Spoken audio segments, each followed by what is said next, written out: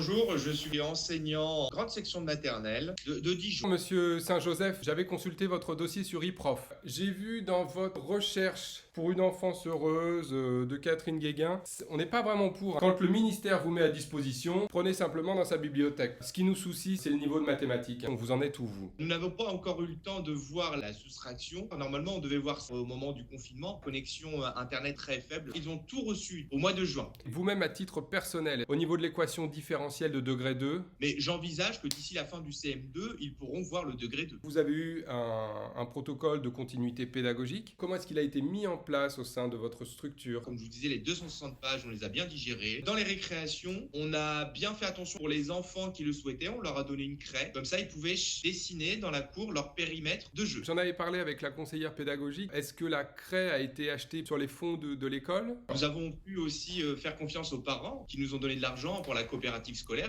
Très bon réflexe. Au niveau de l'espace de transition émotionnelle, est-ce que vous pouvez me raconter un petit peu ce que vous avez mis en place? Par rapport à ces situations anxiogènes, pour les maternelles, on appelle ça le sas de pleurs. On les laisse pleurer et puis une fois qu'ils ont fini de pleurer, ils peuvent entrer dans l'espace cognitif Qui permettrait de rassurer tout le monde et surtout les parents. Qu'est-ce que vous avez mis en place pour la tenue de l'outil scripteur? Nous avons investi dans des scotch qui permettent, une fois que l'enfant tient l'outil scripteur, ça permet de ne pas glisser des mains. C'est sur vos fonds personnels. On vous remercie beaucoup. Est-ce que vous m'aviez envoyé votre projet de socialisation? Comment vous vous êtes évalué là-dessus? On a mis en place un projet de socialisation à 2 niveaux, toujours en gardant les distanciations sociales. Par exemple, 2 enfants doivent faire un puzzle en classe, un élève reste à distance, il commande à l'autre enfant et l'autre élève, et c'est lui qui place les pièces. Très bien, le développement de cette cognition. On a essentiellement fonctionné avec des tablettes. Attention, on est sur une petite section. Tablette, c'est très bien, surtout à vos frais personnels. On apprécie. Pas trop d'écran aussi. Hop, voilà. Mais des tablettes sans batterie, éteintes. Ils n'ont pas le désavantage de l'écran. Je vous donne la dernière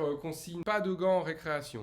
Les gants sont des nids à microbes. Vous arrachez les gants et ensuite vous désinfectez tout. Là-dessus, on compte sur les ATSEM. N'hésitez pas aussi à lui dire de se mettre les mains dans les poches. C'est pour ça que dans la salle de motricité, on leur apprend à faire des roulades sans les mains. Vous êtes vraiment dans la mouvance du gouvernement et ça, c'est agréable. Des jeux non genrés. On a décidé d'enlever tous les déterminants. On dit va chercher cerceau, va chercher ballon. Que vous pourriez m'expliquer pour la limitation du brassage, ce que vous avez mis en place pour les fratries? Les enfants qui sont issus d'un même toit doivent, en arrivant à l'école, être séparés. Une fois qu'ils reviennent à la maison, de bien laisser les enfants séparés. Nous faisons l'effort de les séparer. Il faut que les parents fassent la même chose. Très bon réflexe. L'adulte n'a plus à remettre en question. Par rapport au protocole, on nous a demandé d'aérer les classes concernant le plan Vigipirate. Et pour les classes qui sont à l'étage, ça ne pose aucun problème. Les fenêtres restent tout le temps ouvertes. Ça fait du bien aux enfants. Au rez-de-chaussée, laisser la moitié des classes ouvertes et l'autre moitié de la classe fermée. C'est un geste répétitif. Le ministère met toujours à disposition la formation gestes et postures par PDF de 443 pages que vous pouvez bouquiner le soir en rentrant. Vos apprenants sont-ils mis en situation d'apprentissage dès 8h30? Bien sûr, l'élève est beaucoup plus apprenant lorsqu'il reste assis toute la journée. Ça, c'est un point très important. Et n'allons pas chercher vers ces nouvelles méthodes qui viennent de sortir, Montessori, etc. Ça ne sert à rien. Donc ça, c'est très important que vous l'entendiez. Vous n'avez pas eu votre prime pour les indemnités de régularisation de 250 €. Ça fait maintenant 3 mois. Vous ne l'aurez pas avant mars prochain.